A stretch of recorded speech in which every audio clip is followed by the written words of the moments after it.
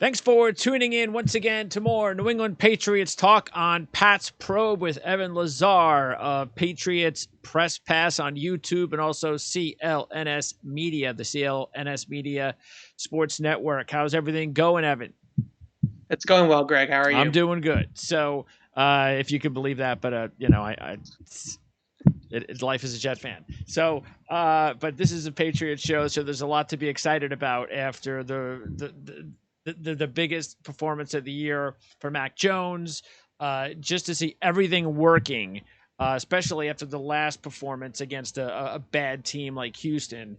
Uh, Everything kind of washed away that performance with, okay, we're kind of back on track. And now the Patriots will enter a big week this week against the LA Chargers on the road, which could possibly define the rest of the season.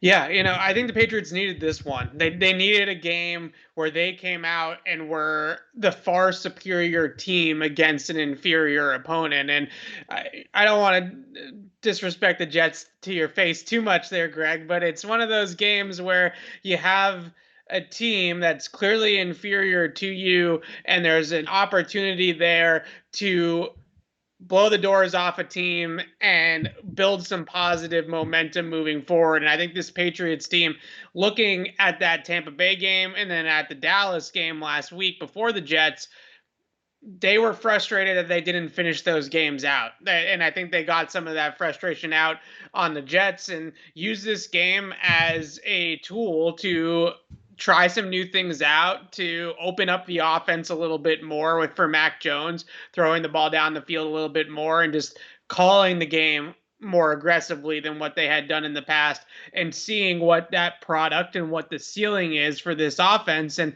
as much as people want to discredit everything with it's the Jets, the Jets, the Jets, the Jets hadn't given up more than 27 points in a game this season Sure. until last week. And in week 2 against the Jets, Mac Jones looked like a completely different quarterback than what he looked at like in week 7. So you're seeing the progress there being made for the offense as a whole. The offensive line was much better in this game, and Mac Jones also starting to really aggressively go through his reads and try to hit the ball down the field a little bit more.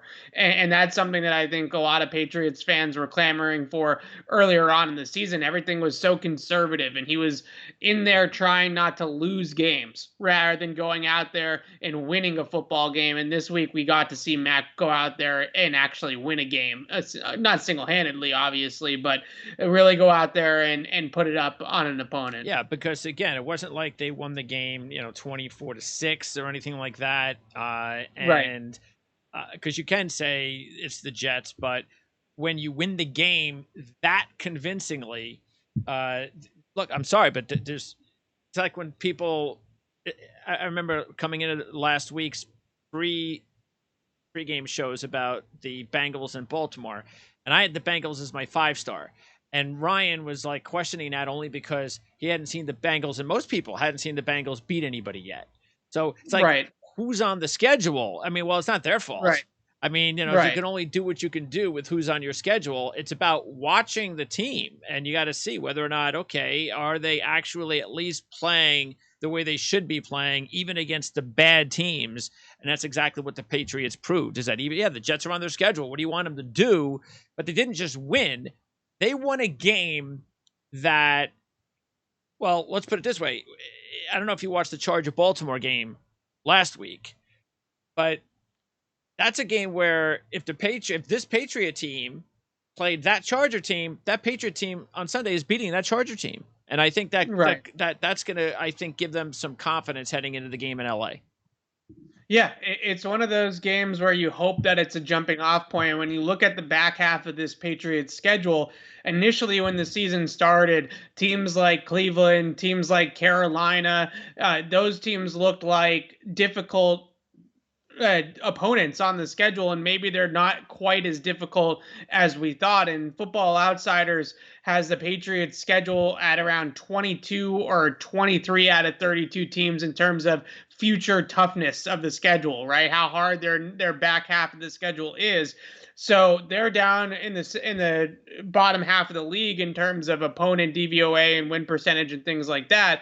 So in theory, they're 3-4 now, and the comparison that a lot of people are using that want to be high on this team, want to be excited about this team, is that the 2001 Patriots were 3-4 after 7 games, and they went on a tear from that point on with a similar building of momentum that we've seen. They were close a couple of times early on in the season against some good teams, and I believe they won 11 out of their last 12 or something crazy like that, including the playoffs, obviously. So I'm not ready to go there No, yet. the schedule is not that easy. No. And it's also, that this team is not that Yeah. team. But at the same time, 3-4 is very much still in it, especially the way that the AFC has really condensed itself to a lot of teams being every team in the AFC's got 2 losses, right? There's no 1 loss or 0 loss team right now in the AFC. So the Patriots are 2 games back of Buffalo and everybody else that's at the top of that, Baltimore and what have you. So it's doable. It's possible with the way that they've set this up right now. Yeah, I think, matter of fact, I think Carolina, it's getting them at the right time, because they're going through such a bad situation at quarterback right now, and there's no McCaffrey for at least another couple of weeks. He won't be there, Right. and that's huge. If they can beat the Chargers and they can continue this momentum from the Jets game, then you're really looking at a potential 3-4-5 winning streak, because Baker Mayfield's status is still uncertain moving forward for Cleveland. So the Patriots are either going to play an injured Baker Mayfield or a backup quarterback when Cleveland comes to Foxborough at Gillette Stadium to play the Patriots in a couple of weeks. Carolina without McCaffrey. So this game with the Chargers this is the game. Yes. This is the turning point of the season. If they can go out there, East Coast team going to a West Coast location for a 1 p.m. kickoff in Los Angeles on Pacific time. So it's a 10 a.m. body clock game for the Patriots, which is an angle that I always love for the bettor's perspective. But in terms of this game for the Pats, that's tough. You have to be ready to go a lot earlier than your body clock is necessarily used to on the East Coast when you kick off at 1 o'clock on the West Coast. Okay, well, look, it's at least, again, a positive sign for the team that not just offensively but even defensively, that they're getting some contributions from players like Christian Barmore. Tell me a little bit about I'm not going to pronounce his name correctly. So Daniel Aquali. Yes. Tell us about Daniel him. Aquali's been on the practice squad. He got called up for this game, and I don't think I saw it coming that he was going to get called up for this game. So obviously he's somebody that's been showing out in practice, and the coaches felt confident, and the Pats have already used a couple of those standard elevations from the practice squad on other players. So some of those guys are reaching their limit in terms of how many times they can go back and forth from the practice squad already. Okay. So they have to spread it out a little bit more. And Aquali was a guy that benefited from that, I believe. And they put him in there, and Devon Godshaw didn't practice all week long due to that finger injury. He played, but was clearly in just basically their goal line third and short package. Okay. He was a very specialized role against the Jets due to the injury and the lack of practice time. So Aquali got some of those interior reps in place of Godshaw on first and second down. And remember, we talked about this last week, is to take advantage of the Jets with the players out of the backfield. Tight ends, especially running backs. Yeah. And I want to say this because anybody out there, I know Brandon Bolden is like this hot fantasy guy now. No. Anybody watching this show probably realizes more than anybody, it's the Jets. They are getting beat by every running back known to man out of the backfield. And the fact that Brandon Bolden even beat him out of the backfield is just embarrassing enough for Jet fans. But don't be picking Brandon Bolden up on the fantasy waiver wire thinking that this is going to happen every week.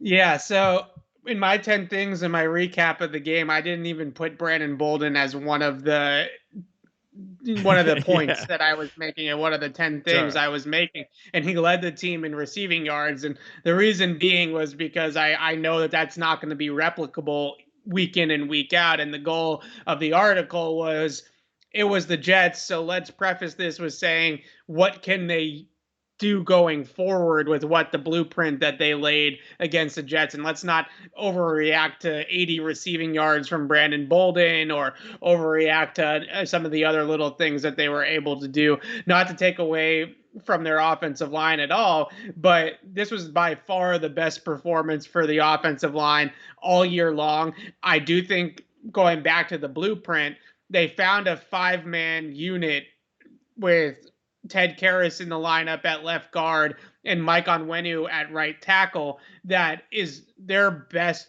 5 moving forward. And hopefully they can just build off that continuity and keep that 5 healthy and out there. You have Isaiah Wynn, David Andrews, and Shaq Mason. Those guys were always going to start at right guard, center, and left tackle. And you move Onwenu from guard to tackle, and you put Karras, who's a serviceable starter in this league, in the starting lineup, who is their 6th offensive lineman essentially for most of the season. And now you see a much more professional finished product than when they were throwing Justin Herron or Yasir Durant or some of these other names at the right tackle spot. So finally, the coaches, Belichick, we talked to Carmen Brasillo, their offensive line coach today. I've been trying to get out of them why they took so long to get to this combination. We talked about that. Right, because after Trent Brown got injured in week 1, starting in week 2, all the way back then, it felt like that 5-man combination that they played with against the Jets was, on paper, the best offensive line that they could put out there. And the coaching staff has been reluctant to move Mike Onwenu to right tackle because he, in their eyes, is a long-term fit at guard and not at tackle. So they're trying to develop him at guard. But at this point of the season, Trent Brown, we don't know if he's coming back or not. That's first and foremost. But secondly, you just got to get wins at this point. And thinking about the 3 to 4 year plan when you're 2-4 is irrelevant. So I think that finally they said to themselves, we just got to get a W. So we're going to move Mike Onwenu back to right tackle. Well, it probably had a lot to do with not being sure when Trent Brown was going to come back. And once they kind of figured, because now that's probably a sign that Trent Brown won't be back for a while. I don't know if Trent Brown's coming back at all this season. It's a very odd injury. He obviously suffered some sort of setback during practice when he tried to ramp it back up. Then he goes on injured reserve. He sits out 3 games first. Then he goes on injured reserve. And now they're moving on Onwenu to right tackle, maybe as I wouldn't use the word desperation, but just like I was saying, they need to start piling some wins together here if they're going to make a run at this. So maybe just out of necessity, they finally made this move to put Onwenu at right tackle, but a good indication in my mind that Trent Brown is probably not coming back, and this is going to be the offensive line that the Patriots are going to try to roll with moving forward. All right, before we wrap up with trade talk, let's take a look at the plays this week. In the film room, and let's see here. Let us. What are we going to be starting? What are we going to be starting with here? So this first play here is a 3rd down play early on in the game, and the thing that stood out to me the most about it was just how Mac Jones was able to kind of reset the protection, change the play, get the Patriots in the right play on 3rd down, and then move the chain. So if you roll back a little bit and start it at the beginning, you see, pause it right here for a sec. So you see where the Jets on the offensive line in the line of scrimmage, they have 7 guys up on the line of scrimmage here that are threatening to blitz. And when we talk about Mac Jones's mental acumen, his mental grasp of the game and how good he is for a rookie quarterback in that department, this is what we're talking about, because the Jets show all-out pressure here. They show 7-man pressure, and instead of just going with this 3-by-1 set and saying, oh well, right, they're going to bring a free runner and I'm going to get hit, Mac Jones knows his answer. He knows what he's supposed to do in this situation, and he knows how he can get himself protected. So what's he do? He calls Hunter Henry into the formation. He resets the protection. He makes Hunter Henry and Brandon Bolden stay in the formation to block, to hold up against this all-out pressure, and then he works a three-man route combination down the field to pick up the first down. So a lot of young quarterbacks and a lot of quarterbacks in general, they see this all-out pressure look and they don't know how to adjust to it. They don't know what their answers are to solve the problem. All quarterback play is before the snap is problem solving. This is what the defense is showing me. This is what I know I can do with the play that we have called. This is the play I have in my back pocket. What's the best way for me to succeed on this down, and how do I get us into that? So as we roll it a little bit more, he pulls Hunter Henry in. You see him tap the helmet, alert, alert. Let's reset the protection. Points to Hunter Henry. You're blocking this guy. Points to Brandon Bolden. You're blocking that guy. And as we roll the play, the Jets bring 6, and he's able to get it blocked and get this throw down the field to Jakobi Meyers. Now, I don't know if Jakobi Meyers is going to be this open on an in cut against better defenses, but the process is the point, especially from a pre-snap standpoint, that he's able to get this blitz picked up and able to give himself a chance. This is a 3rd and 10. So you're going to have to push the ball down the field a little bit to get this. If that blitz comes and they don't have the protection set correctly and they don't have those extra blockers in, then he's either sacked or it's a throwaway or it's a throw in the flat short of the sticks. Instead, he's able to stand in there and make this throw. So one of those Mac problem-solving moments where you kind of understand why everybody's so high on him from a mental perspective. Okay, next, what are we taking a look at here? So this is something that I've been clamoring for a long, long time out of the Patriots. At Alabama, Mac Jones was one of the best RPO, run pass option passers in the entire FBS. His numbers on RPOs last year at Bama were ridiculous. 11 yards per attempt, 80, 90% completion rate. I mean, he was just automatic on these types of concepts. And the Patriots haven't run a ton of them yet, but this is one of them, and I hope that this is a sign of things to come. So what you're going to see is a power lead play on the run option. The left guard's going to pull, and the fullback is going to lead through the hole. And then on the backside here with the two-man route combination, you're going to get a glance route from the outside receiver, which is a 5-step slant. So there's 3-step slants, there's 1-step slants, and then there's a post, which is a 7-step route, and then there's the glance route, which is a 5-step slant, essentially, or like a skinny post is what some people might call it as well, or a quick post.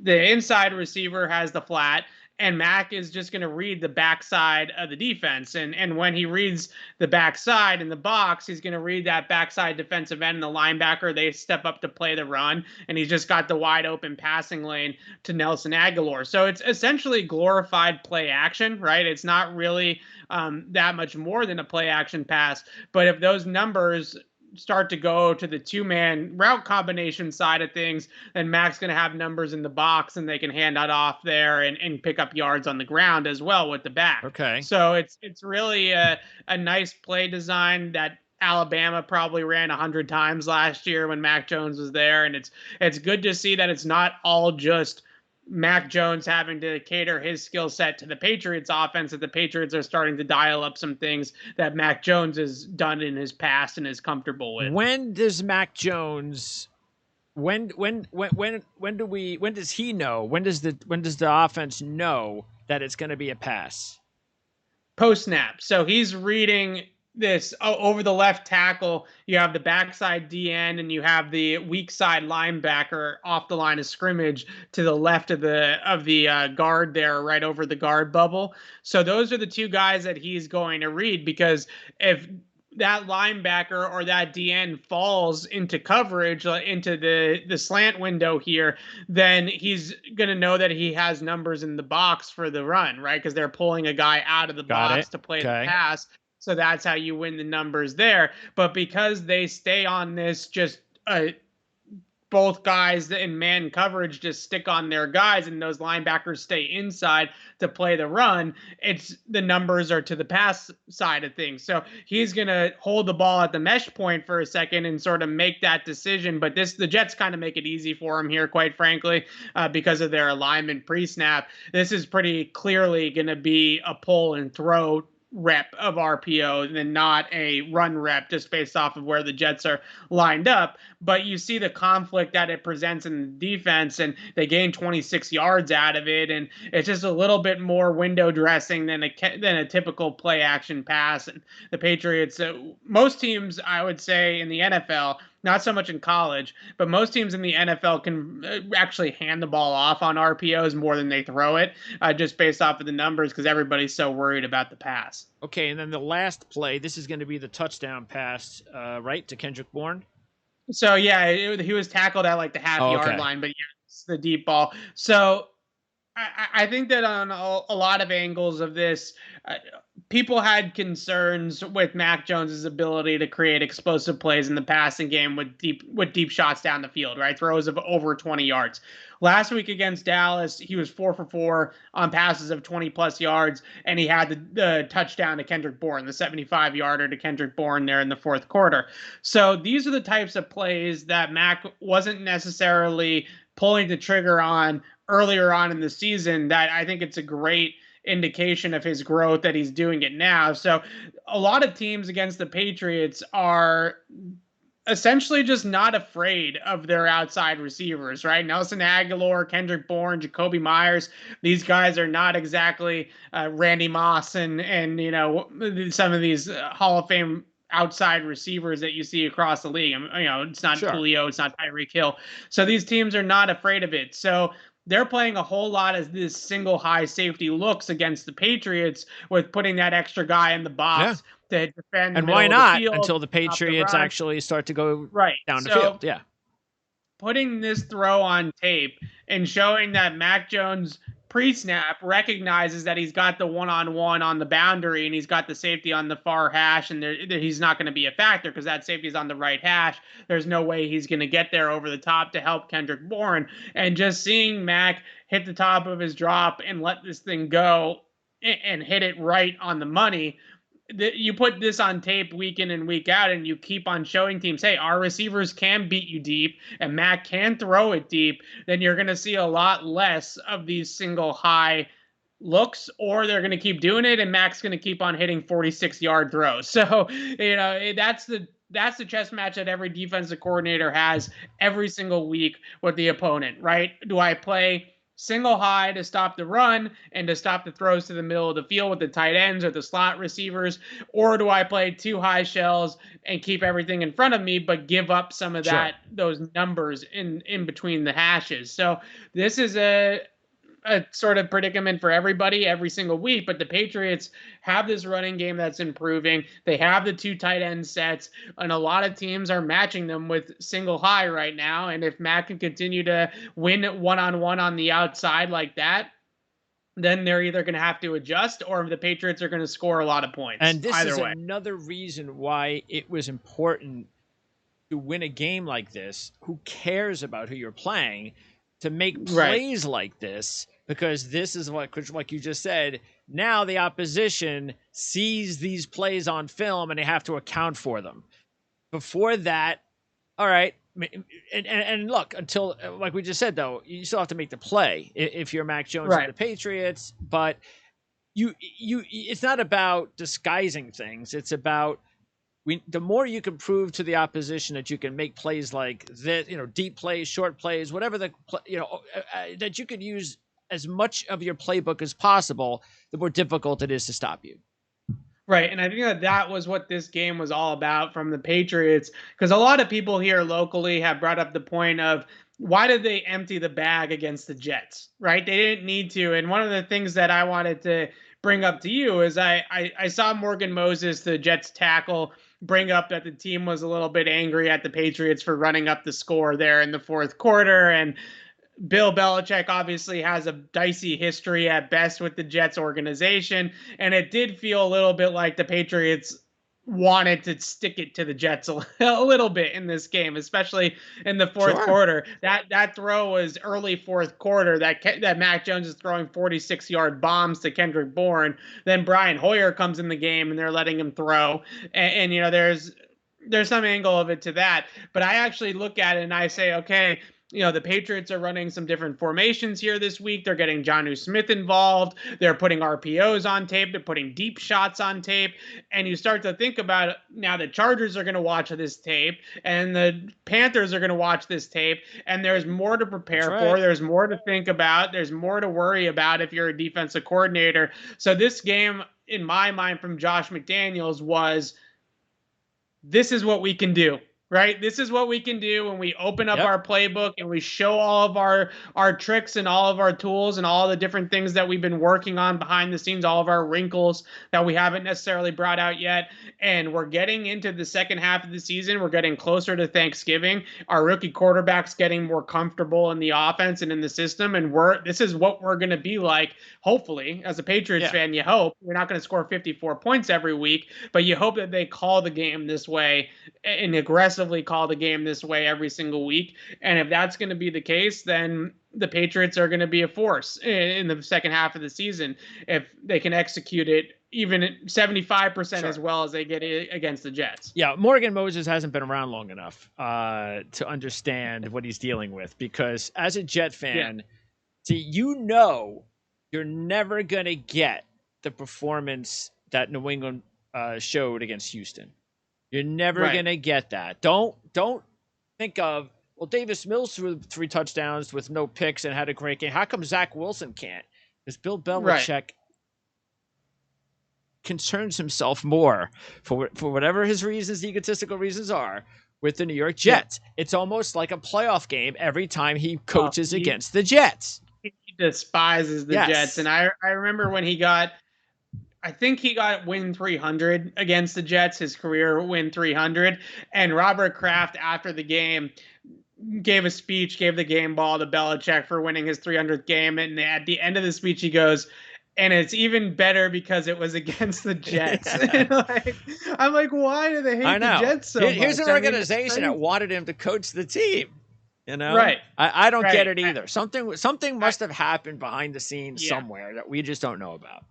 Yeah, I'm sure it has something more to do with what happened back in 2000 between these two organizations, and between Belichick resigning and then taking the Patriots job pretty much the next day or the same week or something like that, that he basically had the Patriots on the back burner the entire time and made that switch awfully quickly.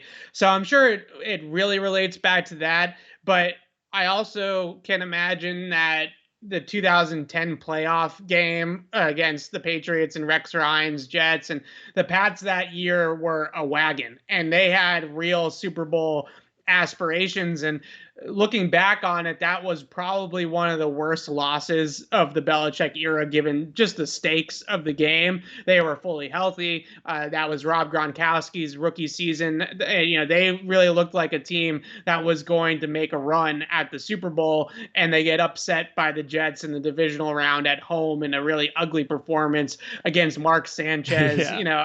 I can only imagine that game still haunts Bill to this day that the Patriots lost that game. Yeah. Well,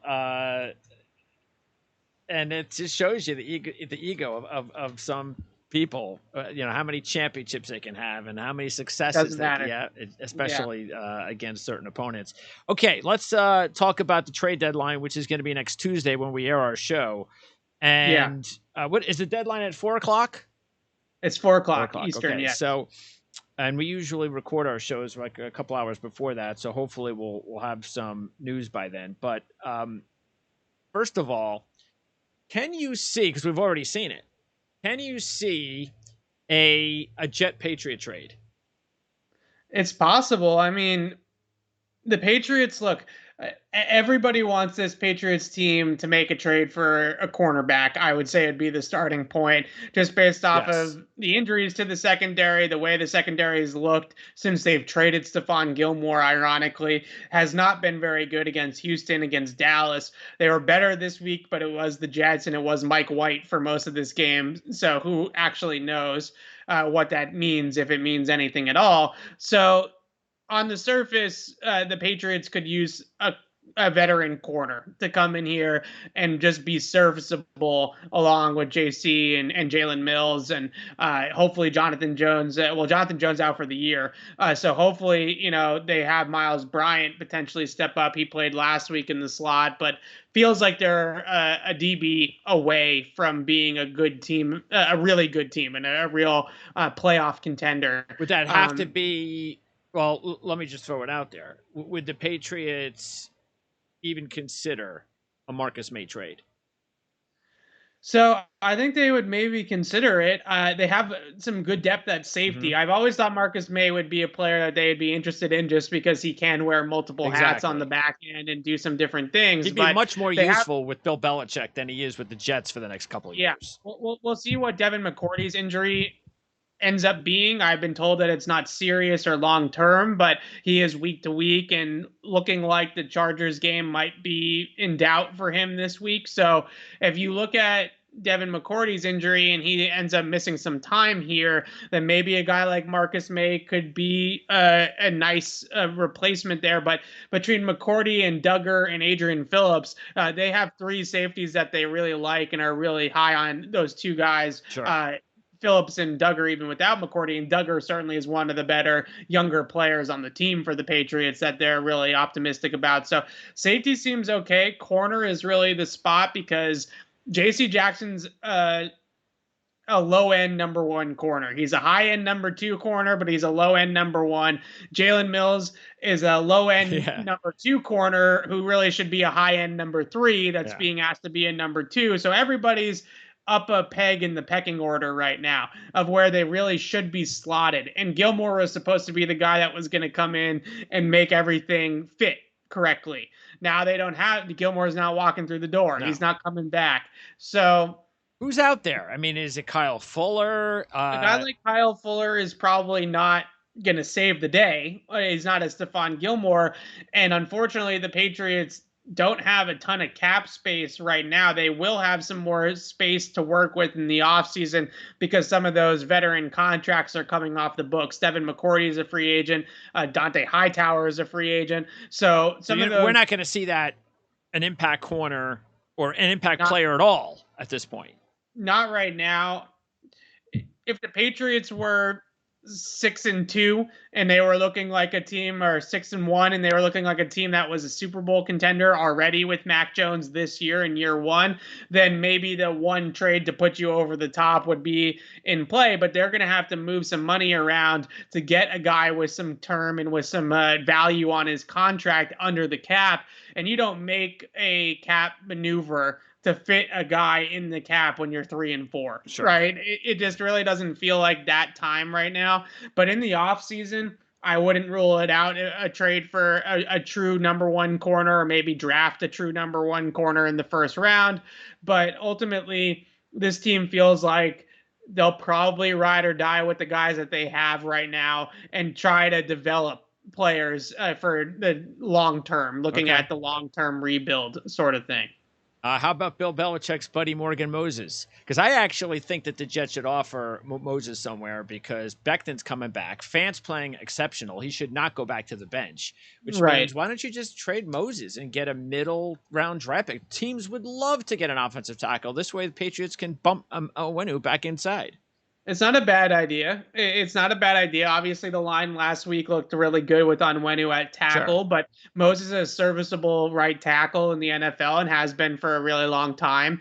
And that would allow them, like you said, to move Onwenu back to the position they want him to develop at long term. So if you had asked me a few weeks ago about Morgan Moses, I would have been all for it just because they were so reluctant to move Onwenu back to right tackle. But now that they've pulled the trigger on that and they feel more dedicated to that road, it feels like they probably would rather do that than they might trade for a guy that's a P Sure. set tackle.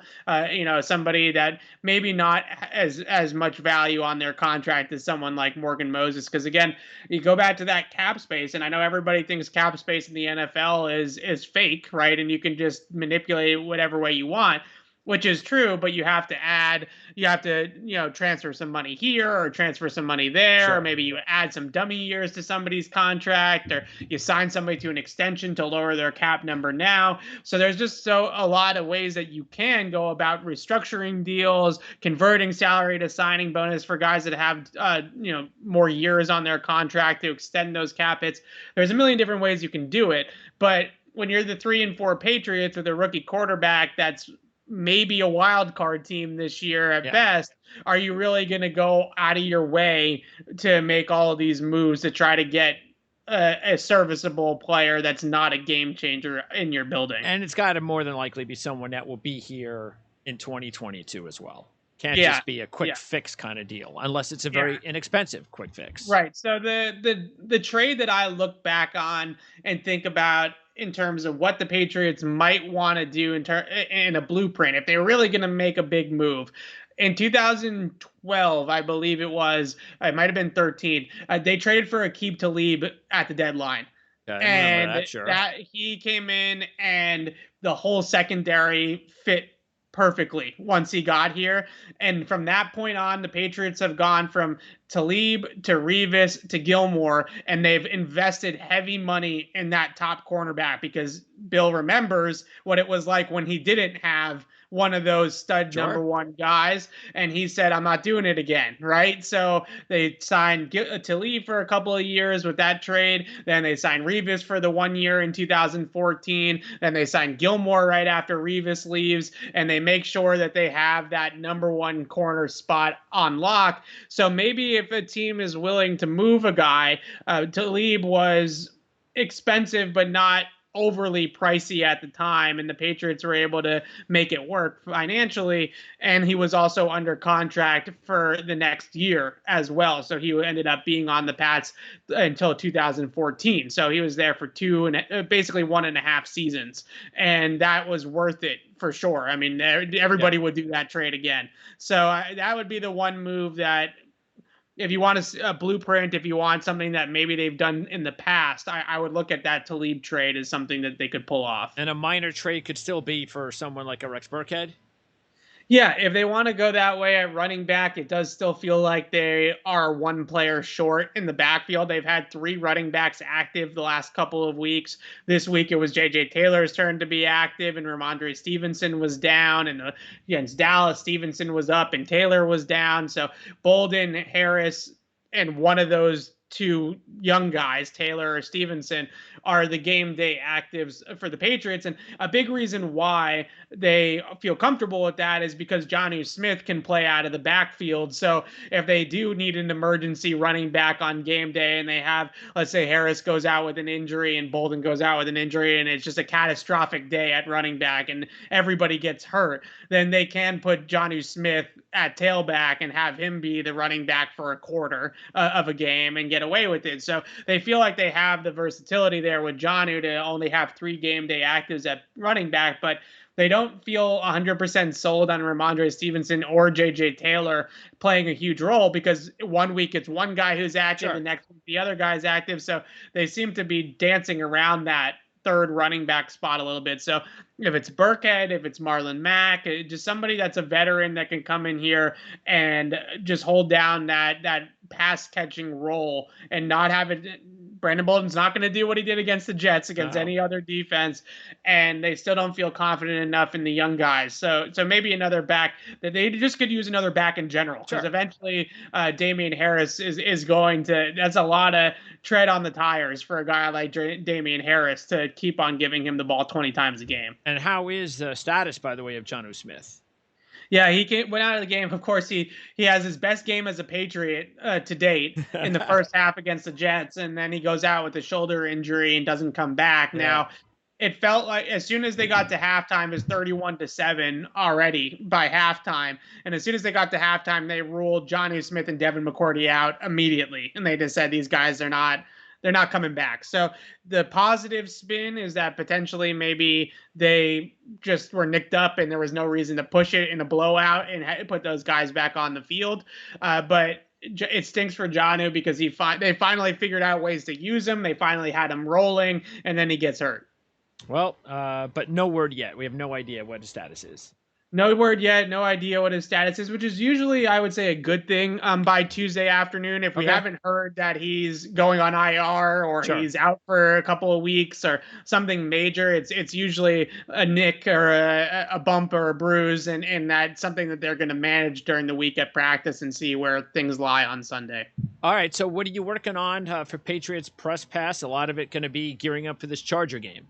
Oh yeah, this is Brandon Staley is the hottest coach in football right now. He's the analytics guy. He's the guy that's playing too high defense and stopping the run, not so successfully with the Chargers, but with the Rams, he had Aaron Donald, this great defensive line. He was able to stop the run, but a lot of teams, and offensive coordinator Josh McDaniels talked about this today too, a lot of teams are starting to emulate Staley's system in the way that the Chargers and the Rams before them and Vic Fangio in Chicago is running this, and in Denver now obviously is running this split safety revolution, right? Everybody with the Seattle teams doing what they did in the early 2010s, everybody's playing single high. They're putting one safety up and they're playing cover 3 or man-to-man on the back end with the single high. And now everybody is going to more 2 high looks. And this is definitely a trickle up thing from college football. College football is everybody plays 2 high. In NCAA, nobody plays single high because all these teams pass the ball so much and they pass it so effectively that you're screwed if you don't have the numbers in the back end in the secondary. Sure. So the college game, especially with spread offenses and option offenses taking over, they're the ones that started the 2 high stuff. But Staley, has really brought it more to the NFL, and we'll see how this goes because you play light boxes against the Patriots. They will not be afraid to just hand it off to Damian Harris 25 times in this game. True. So it's going to be a really interesting chess match between McDaniels and Staley, who go back a ways to John Carroll and all that kind of stuff. So they know each other pretty well. Wow. Okay. Yeah. And Staley has also been one of the, and maybe this is an analytics thing, but he has been one of the risk takers when it comes to going for it on fourth down, whether it's in his own 30 or 35 or, hey, I could do a chip shot 35-yard field goal, but it's 4th and 5. I'm going for it. Oh, he is the millennial head coach of the NFL. If Twitter was a coach, right? If football Twitter could be a coach, they would coach their team like Brandon Staley coaches the Chargers, right? They'd go for it every time on 4th down. They play 2 high shells on the back end on defense because that's the it thing to do. And Brandon Staley is bringing that to the actual NFL. Yeah. It's a lot of fun, but at the same time, I look at this Charger front, and this Charger front is not the Rams' defensive front. This is not Aaron. Joey Bosa's a good player, really, really good player. But Aaron Donald and the Rams have some monsters on that defensive line. So when you play light boxes, 6-7 guys in the box with Aaron Donald just beating every single one-on-one he gets, it's a lot easier to do that. But when you go to a different organization and you don't have Aaron Donald, then it becomes a little bit more difficult to play these types of looks. So the chess match between McDaniels and Staley is going to be really fascinating because Staley is also one of those guys, and this is another football Twitter analytics math thing. He hardly ever shows you the coverage that he's going to run before the snap. He does not play stagnant coverage, right? He rotates. So Mac Jones is going to have to be ready. And this is what Bill has done against rookie quarterbacks and why he's had so much success against young guys is he always is changing the picture on him. One snap, it's 1 high. One snap, it's 2 high. He'll show 2 high before the snap and then they'll rotate into 1 high and they just keep spinning the dial. And the rookie is going to have to be able to keep his head on straight and get to his answers against whatever coverage and make some really quick post-snap decisions with the football. And that's hard to do for any quarterback, but especially an inexperienced quarterback. So This is going to be really fascinating to see what the Patriots do to help Mac Jones with a scheme that's as complex and as multiple as he'll probably face in I his think you've already career. hit it. They're going to run the football. They're going to do a lot of Oh running the yeah, football. They've got, in order to win this game, Harris has to eclipse the 100-yard mark. I don't think there's any question about that. That's how you open things up more against the Chargers because, like you said, they have some good players, not just Bosa. I know, obviously, Derwin James is a fantastic player when he's yeah. healthy. So they've got a few other, impact players. But if you can run the football against the Chargers, it just opens everything else up. And I think the Patriots will be able to run on them. So we'll see. Yeah, right now the Chargers are dead last in DVOA against the run. They're 32nd in the There you league. go. But they're sixth in the league against the pass, right? So they're really good pass defense, or fifth, excuse me, in the league against the pass. So they're a top 5 pass defense and the worst run defense in the entire league. And a big reason why is because Staley's in love with the 2 high shells. So they're playing with soft boxes all the time or light boxes all the time. And again, I go back, they don't have Aaron Donald. They don't have these horses that the Rams do in the front 7 to get away with it. So we'll see what Staley does, because McDaniels is a game plan coach. The Patriots are a game plan team. And when they see 32nd in DVOA against a run, and they see that the Chargers play the fewest amount of snaps with 8 guys and 7 guys in the box, they're just going to run it right down their throats. That's what we're probably going to see. So, but again, big game for the Patriots and for the Chargers to rebound from that Baltimore whipping, because they did not show up. I think they could have lost to any team in the NFL that day. They were just not present. Then they go on a bye. Right. It's the first time as a head coach he's handled a bye. So that's always interesting when you have the first for the head coach. Could be a good thing, could be a negative, but Bill Belichick's been down this road many times, and it should be a big game and a good one, and we'll talk about it next week. So appreciate it as always, Evan. Hope everything else is going well, and we'll talk to you next time.